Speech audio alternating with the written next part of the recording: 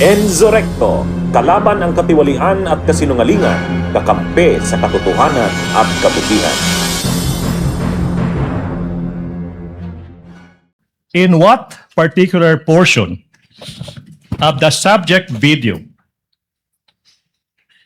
did the respondent utter that she already contracted a person to kill the president, the first lady, and the former speaker of the House of Representatives? Are you done? Objection? Objection, Your Honor. Wow. Kindly state objection, counsel for response. Your Honor, the question is misleading. There was no mention anywhere before that the video mentioned that the killing of the president. To kill. Yeah, there's no mention in any testimony earlier. There's no mention that video. Your Honor, again, with all respect, the records will bear me out. Bases have been more than complied with. This witness mentioned many times over that the subject of the investigation is the statement of the Vice President that she already contracted a person to kill the President, the First Lady, and the former Speaker. There's no basis for the objection, Your Honor, please. Your Honor, may I ask for a readback? He was the only party who said that, Your Honor, not Kindly the... use the third party in referring to opposing counsel. Yes, Your Honor. If I may, Your Honor. May I ask, Your Honor, for a... Let the counsel for defense finish his statement. May I ask, Your Honor, for a reading of the transcript, as the witness, to my recollection, never mentioned that the Vice President did those things. All right. If I may, Your Honor, please. Counsel, kindly lay the basis. Yes, Your Honor, please. Now, Mr. Witness, you said that your office, the NBI, conducted an investigation for a statement made by the Vice President noong Nobyembre 23, taong 2024. Naalala mo yun? Objection, Your Honor. Oh. Your Honor, please. What is the basis of the objection? Your Honor, it's leading. Your Honor, please. If I may, Your Honor, please. Do you remember? Leading, Your Honor. If I may, Your Honor, please, I'm just giving into what the defense wants. The record will bear me out. This witness mentioned so many times over that he investigated the statement of the Vice President uttering that she already contracted a person. The whole nation is listening. The chair will Your make Honor, a ruling. so The many objection- words leading. The chair will make a ruling. The objection is overruled. Earlier, chair noted, I have it in my notes, that the question was propounded by counsel with respect to the 11/23/24 incident that was the subject matter of a digital forensic examination by the witness pertaining to the former Vice President. That was the instance, if the counsel will recall, that counsel for the prosecutors asked the witness if he knew who the Vice President was. So the objection is overruled. Witness may answer. Your Honor, may I state for the record, my objection is on the part of the question where he said that the Vice President hired someone to kill the President, the First Lady, and the Speaker of the House, not on the identification of the Vice President. Noted. Court already made a ruling. Witness will answer. Mr. Witness, naalala mo ba yung tanong? Can you repeat the question? Okay, sir? now. Kindly repeat the question, counsel. In what particular portion of the subject video in that online media conference of the Vice President did she utter that she already contracted a person to kill the President, the First Lady, the former Speaker? In what portion? Objection, Your Honor. What Sir, is the objection? Your Honor, this honorable court already ruled on this question. The discussion later on was on the leading question made by the prosecutor. If you recall, Your Honor, this honorable court said, prosecutor, please lay the foundation, the basis for your question. Your Honor, please, if I make a response. The presiding officer will ask the witness. Mr. Witness, out of the 2 or more so hours of video that you downloaded, do you know, if at all, the timestamp that pertains to any statements made by the Vice President pertaining to any of the allegations in the articles of impeachment, particularly Article 4, the subject matter of this case, in relation to alleged threats made by her in that video? Yes, Your Honor, but may I refer to my investigator's note, Your Honor? You may do so. Senator Cayetano is recognized. Presiding officer. Alan Cayetano. Sorry, May I know from the records, is this the first time that the witness mentioned that the Vice President uttered threats against the President, the former Speaker, and the First Lady? Your Honor, if I may, there was Because if no it's mention at all. No, yes. Sorry, apologies. No, because if it's the first time, precisely the rule says that you cannot allow leading questions. Whether it's from the judges, whether it's from the presiding officer, or from the defense, or the... So meaning, you lay the basis. Simply, you ask him, ano yung laman ng video? Pag binanggit na niya, na may ganito sa laman ng video, then you can ask him na directly what part. So, all of us want to expedite it, but let's follow the rules. So that's why I'm asking, has this witness this afternoon, I missed a portion because I have a headache and I had to eat before I drink medicine, but I was watching sa TV. But hindi ko pa narinig na sinabi niya to. Kasi kung hindi pa niya sinabi, Mr. Presiding Officer, can we just follow the rules and just lay the basis, ask him kung ano laman ng video, let him testify, tapos pag binanggit niya, then you can ask him, hindi na siya leading. But we shouldn't really ask leading questions because we'll violate the rules. So excuse me, but I'll just be very particular when it comes to the rules, and it's not against any group. Mr. Senator Presiding Judge Officer. Cayetano, it will take some time before we can quote unquote appeal to the records. I'm trying to have them get it. But in lieu of that, that's why the chair tried to intervene. Can counsel kindly lay the basis for the witness to be able to identify the timestamp portions of the 2-hour video? All right, Your Honor. Counsel for the prosecutors may proceed. This will be quick. Mr. Witness, you said that your office conducted an investigation on the statement made by the Vice President dated November 23, 2024, correct? Objection, Your Honor. Leadings. Your Honor. Your Honor, he's not on direct. He's Overruled. Witness may answer. Yes, sir.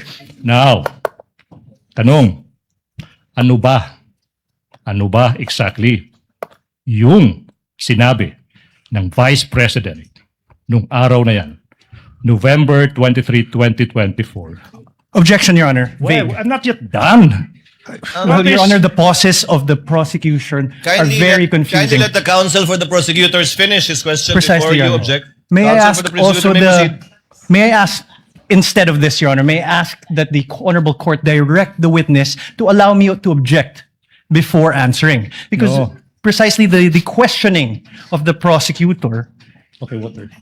is there are many pauses, which it's confusing if he's done or not. Counsel, witness even on occasion forgot what the question was because he did not respond to the question of the prosecutor. Yes, Your Honor. So I just Court will make sure of that. Thank you, Your Honor. So kindly finish your question if Yes, you want so- to state it again, counsel for the prosecutors. Maybe it's the tone, no? I'll be quick. What particular statements of the Vice President on that day did you investigate? Objection, Your Honor. Vague. Take counsel for respondent. A bit of patience. Let the counsel finish. I don't think he's finished. The question is done. What particular statement on that day did you investigate? How is that leading? Objection, Your Honor. Vague. Okay, Not Your Honor- leading. Your Honor, please. Can I didn't address say that, Your leading. Honor, please? Can I? What was Whether- counsel? What's the basis of the objection? Vague. All right.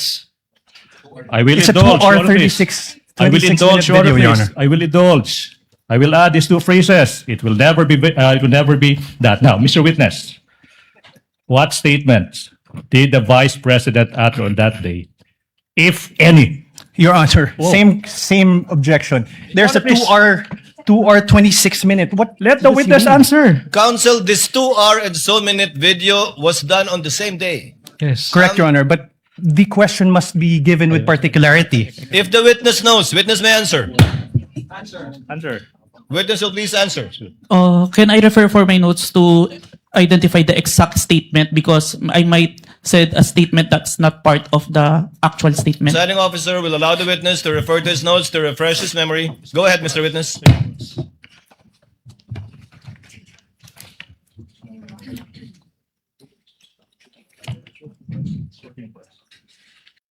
The specific statement, quote and quote, "Yes, huwag kang mag-alala ma'am sa security ko kasi may kinausap na ako na tao. Sinabi ko sa kanya, kapag pinatay ako, patayin mo si BBM, si Lisa Araneta at si Martin Romualdez. No joke, no joke. Nagbilin na ako ma'am. Pag namatay ako, sabi ko, huwag kang tumigil hanggat di mo sila mapatay. Hanggat di mo sila mapatay sila." And then he said yes. Please proceed, counsel. Thank you. Now, in what particular portion of that video recording that you authenticated of that online media briefing on November 23, 2024, did the Vice President utter those words? If I may, sir, I think we should include the question first. It start at 1 hour and 15 minutes to 1 hour 17 minutes and 18 seconds, sir. Your Honor, so the witness manifested as an answer to the question in what portion he said, timestamps 1 hour 15 minutes 0 second to 1 hour 17 minutes 18 seconds, and we computed, Your Honor, please, it's a 2-minute 18-second portion of that video. At this juncture, Your Honor, please, bases have been laid. The nation can finally see it. The court will do. We move that's 2-minute and 18-second portion of that video be presented at this juncture, Your Honor, please. The Secretariat is instructed to play the USB given to the tech behind that was observed and witnessed by both counsels for the parties. Sorted. Kindly play the video. Vice President, thank you so much nga po pala sa dala niyong hopya nung hearing na pumunta kayo for PRRD. Kami yung nasa likod niyo po, yung tinawag nilang bastos kasi po malaki. Congresswoman. Kindly pause it. Kindly pause it. Ganyan ba talaga? Your Honor, please, Your Honor, please, the witness said that he would like to include the question propounded to the Vice Okay lang. President. So, ganyan nga. Hindi nalalakihan yan. Ganyan talaga yan? Or it will get bigger? It will get bigger, Your Honor, please. Okay. Please proceed. Yan. Thank you, ma'am. Nakakain kami. Ako po ay natatakot kumain ng pagkain doon baka mamaya. Ma'am, mag-iingat po kayo. Nasa teritoryo kayo ng kalaban. Okay lang Nag-aalala po kami para. ma'am, kasi sila naman sila talaga yung bastos eh. You reap what you Okay. sow. Yeah. Mag-iingat po kayo kasi sa dinami-rami po ng inyong mga pasabog ngayong gabi, it seems like marami po talaga kayong alam about them, no? Dahil sa pagkakasama niyo sa kanila during the campaign and during the 2022 elections. Baka po mamaya kasi totoo yung mga naririnig namin or yung, I don't know if it's true, na meron daw silang Operation Romanovs and baka bala kayong ubusin ang inyong pamilya dahil hadlang kayo sa kanilang mga balakin in the future. So mag-iingat po kayo. Kami po kasi kami ng EDSA Friday crew, kami yung bumababa every Friday dyan sa EDSA because we believe yan yung tamang venue sa dinami-rami na ng problema natin. Ang kaya lang naman po namin gawin ay manawagan na bumaba na yan. Eh ano po kaya ang remedy naman ninyong mga nasa posisyon o ng mga kayang labanan itong napakarami na pong ginagawang korupsyon at krimen laban sa taong bayan? Ano po ang pwede nyo maging remedy para matapos na ito? Lalo't nagsisigaw na po ang taong bayan na mag-people power na. Yes. Huwag ka mag-alala, ma'am, sa security ko. Kasi may kinausap na ako na tao. Sinabi ko sa kanya, kapag pinatay ako, patayin mo si BBM, si Lisa Araneta, at si Martin Romales. No joke. No joke. Nagbilin na ako, ma'am. Pag namatay ako, sabi ko, huwag ka tumigil hanggang hindi mo mapatay sila. And then he said yes.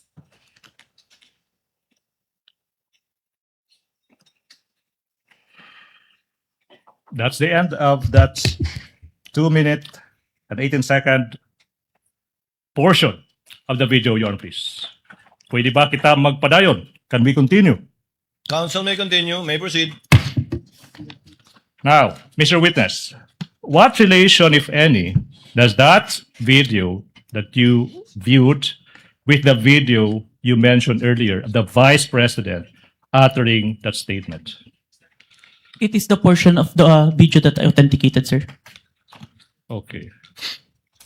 Let's continue. What happened next, Mr. Witness, kung meron man, after mong ma-authenticate yung subject video na yan?